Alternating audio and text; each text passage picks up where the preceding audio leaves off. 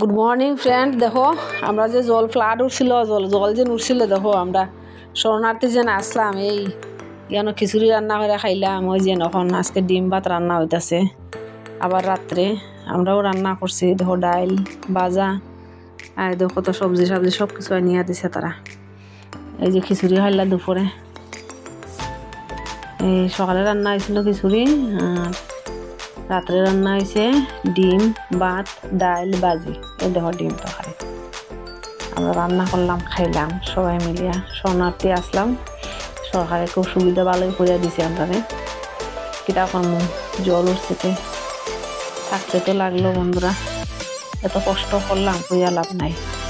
আর এই দেখো জলটা নামছে, এই দেখেন জলটা নামার পরে দেখেন বাড়ির অবস্থা কেটা হয়েছে। আর এই দেখেন সরকারি সুবিধা করে রাখছে, এই যে নৌকা টোকা এনে দিছে।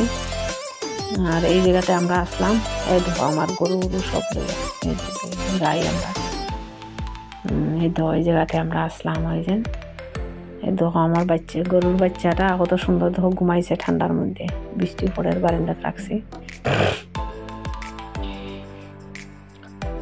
আর এই যে দেখো আইলাম বাড়িতে, আইয়া দেখেন এই যে আমার পূজার ঘর, ঠাকুর ঘরটা কিরকম অবস্থা হয়েছে দেখছেন। আজকে পরিষ্কার করবো এটা।